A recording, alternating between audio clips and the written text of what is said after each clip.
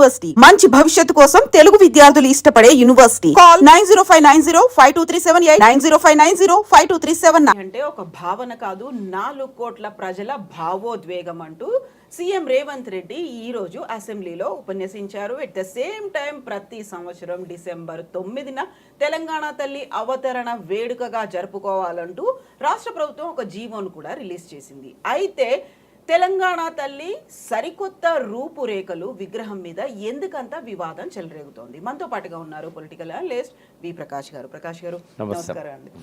ఇప్పుడు తెలంగాణ తల్లి విగ్రహ ఆవిష్కరణ అనగానే 10 ఏళ్ల పాటు కొనసాగి, అంటే తెలంగాణ ఉద్యమం అప్పటి నుంచి కూడా ఉన్నటువంటి విగ్రహాన్ని సరికొత్త విగ్రహాన్ని కంపేర్ చేస్తూ ఎందుకని అంతలా చర్చ కొనసాగుతోంది?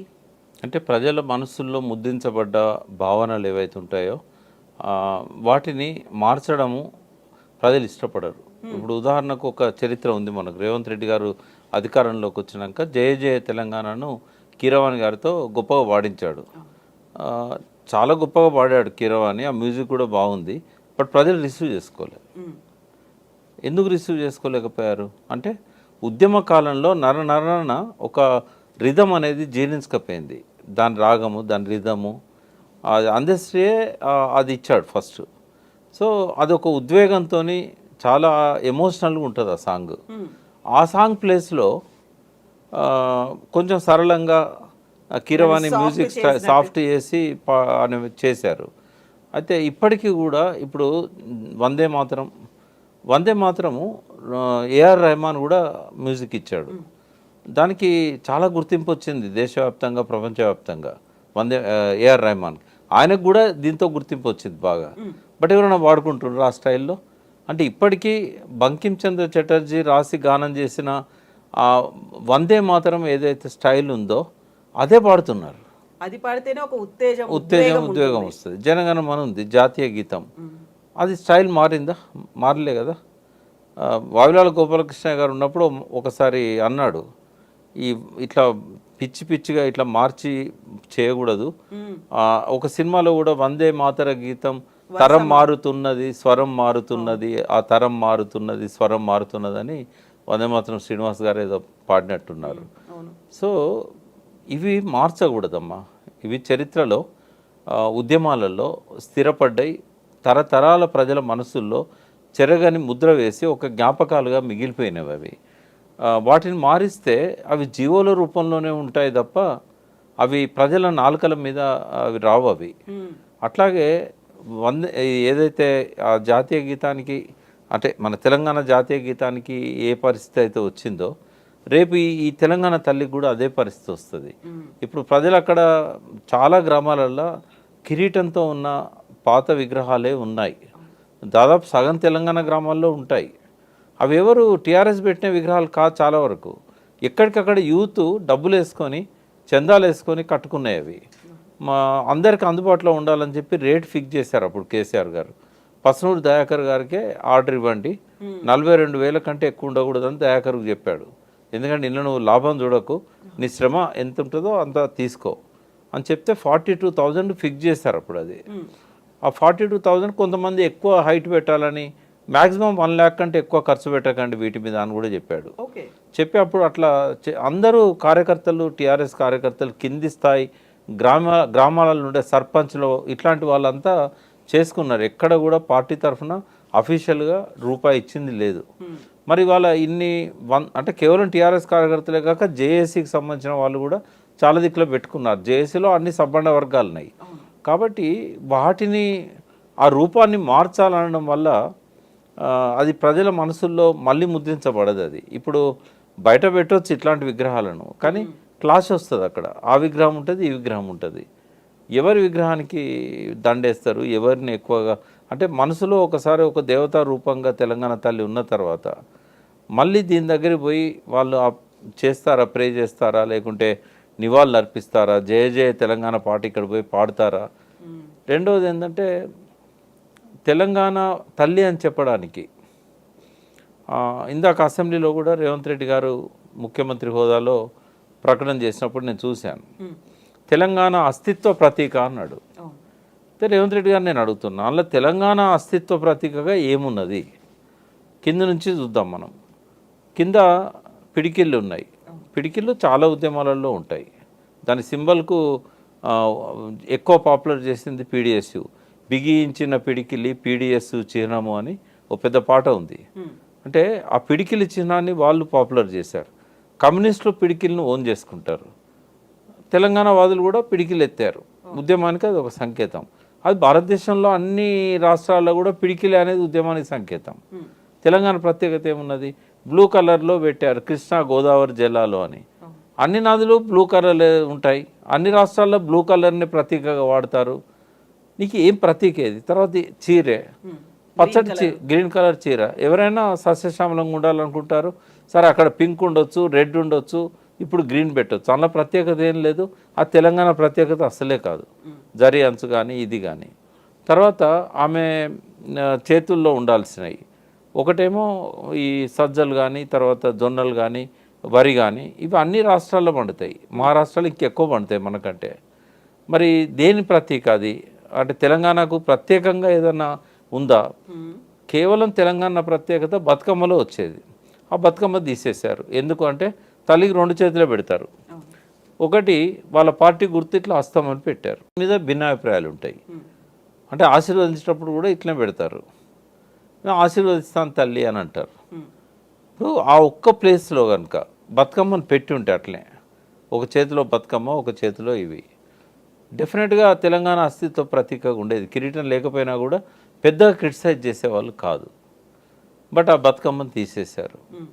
ఆ ఒంటి మీద ఉన్న నగలు లేటెస్ట్ నగలు అవి. కేసీఆర్ గారి మనసులో ఉన్న అప్పటి తెలంగాణ తల్లి విగ్రహానికి ఆయన పెట్టింది ఏంటంటే వెనకటి రోజులలో కంటెతో పాటు ఇది ఉంది కదా మన గొలుసు, అది లాంగ్ చైన్ పాత పద్ధతి అది. తర్వాత సరే కంటె మంచిదే, కంటె ఒక్క మన దగ్గరనే పెట్టుకుంటారా? ఏ గ్రామీణ ప్రాంతానికి పోయినా కూడా అది ప్రిమిటివ్ సమాజం నుంచి ఈ మోడర్న్ సమాజానికి మారుతున్న క్రమంలో అప్పుడు అందరికీ కంటెలే ఉండేది.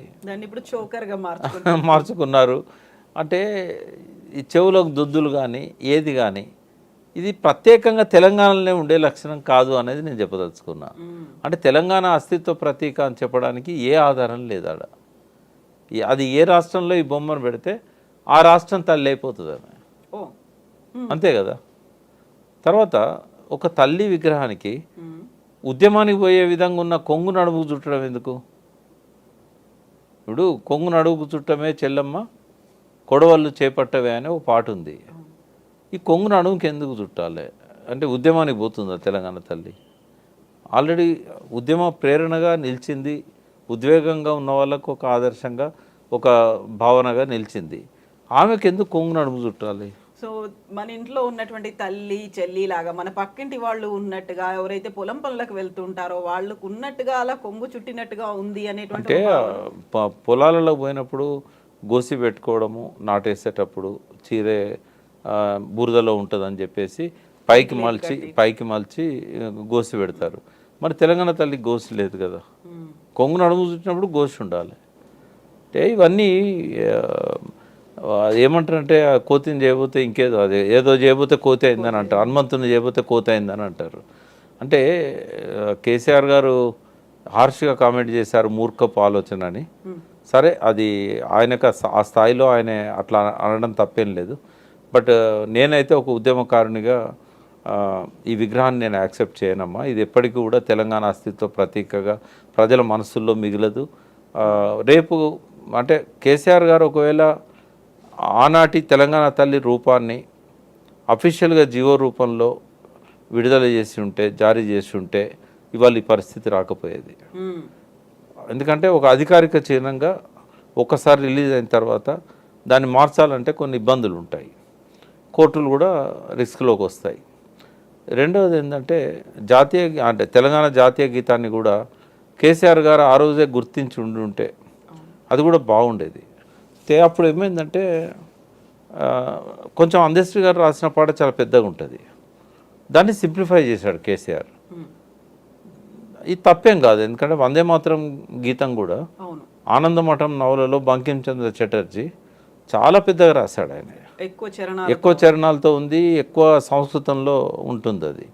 అది సరళంగా లేదు, పాడుకోవడానికి కుదరదు అని చెప్పి ఆనాటి తిలక్ లాంటి వాళ్ళు దాన్ని సింప్లిఫై చేశారు. కేసీఆర్ గారు కూడా అట్లనే చేశారు. తర్వాత సింప్లిఫై చేసిన దానిలో కూడా కొన్ని పదాలను కేసీఆర్ గారు మార్చారు. సిరి వెలుగులు విరజిమ్మే సింగరేణి బంగారం అనువనున్న నీతనుకు సింగారం అనేది ఏదైతే ఉన్నాయో ఇవి కొన్ని కేసీఆర్ గారు చేర్చిన పదాలు ఉన్నాయి. కేసీఆర్ గారు చేర్చిన పదాలు అందశ్రీకి ఇష్టం లేదు, అందశ్రీ పూర్తి పాట కేసీఆర్కి ఇష్టం లేదు. ఈ వివాదంలో వేరే పాటను డిక్లేర్ చేయలేదు, ఈ పాటను కాదనలేదు, ఈ పాటను అఫీషియల్గా డిక్లేర్ చేయలేదు. 10 ఏళ్ళు గడిచిపోయినాయి.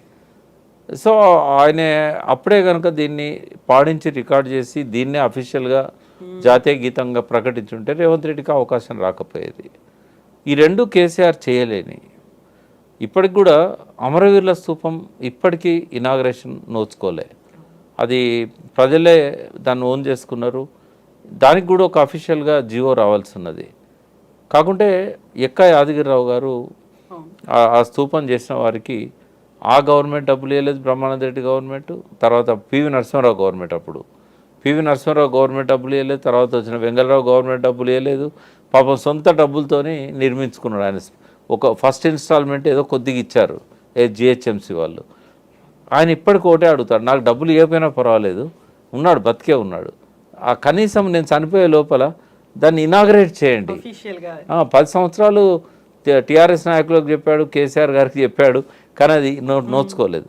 నేను రేవంత్ రెడ్డి గారిని రిక్వెస్ట్ చేస్తున్నా, దాని రూపాన్ని మార్చకుండా, దాన్ని ఏం ముట్టుకోకుండా ఒకరోజు పోయి అఫీషియల్గా దాన్ని జీవో ద్వారా రికగ్నైజ్ చేయండి. ఇప్పటివరకు ఆయన ఎప్పుడు నాకు అమరవీరుల స్తూపం దగ్గర అమరులకు నివాళులు అర్పిస్తున్న ఫోటో కూడా నాకు దొరకలేదు. తప్పుంటే కరెక్ట్ చేయండి. ఆయన పోలేదని నేను అనుకుంటున్నాను అమరవీరుల స్తూపం. ఈ రోజు అసెంబ్లీకి వెళ్లే ముందు బీఆర్ఎస్ ఎమ్మెల్యేలు ఎమ్మెల్సీలు అందరూ అక్కడికి వచ్చారు, నినదించారు, పాట కూడా పాడి అక్కడి నుంచి అందరూ కలిసి వెళ్ళారు. వీళ్ళు వెళ్ళిన తర్వాత కాంగ్రెస్ లీడర్లు వచ్చి అమరవీరుల స్తూపాన్ని శుద్ధి చేసి వెళ్ళిపోయినటువంటి విజువల్స్ అవైతే మన దగ్గరకు వచ్చాయి.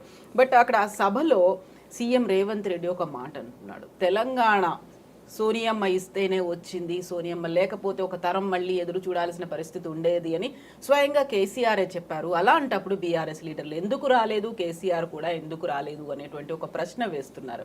ఎట్లా చూస్తున్నారు ఈరోజు జరిగినటువంటి హడావిడి కావచ్చు, అరెస్టులు కావచ్చు, వీటన్నిటిని?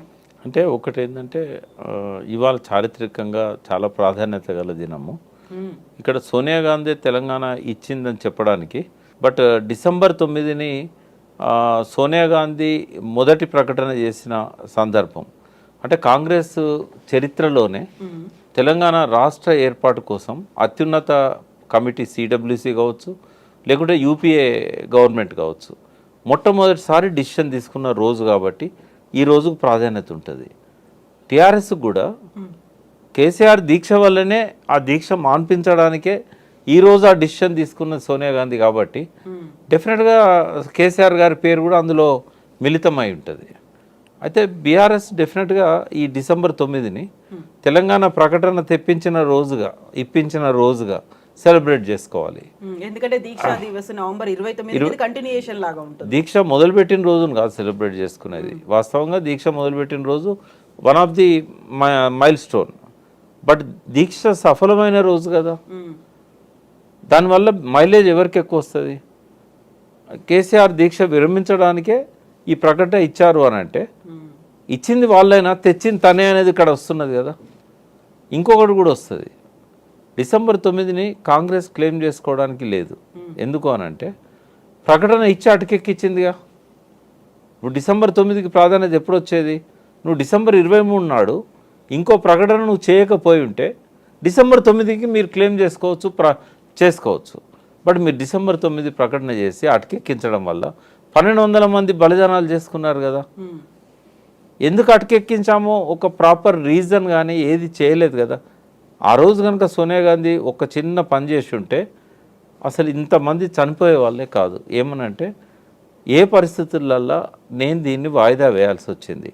సరే చిదంబరం చెప్పేది అఫీషియల్గా హోమ్ మినిస్టర్గా అని చెప్తాడు, సంప్రదింపులు జరపాల్సిన అవసరం ఏర్పడ్డది, ఎందుకంటే ఈ డిసిషన్ వల్ల ఆంధ్రలో వ్యతిరేకత వచ్చింది, అది దాన్ని అధికారికంగా చేయనియండి.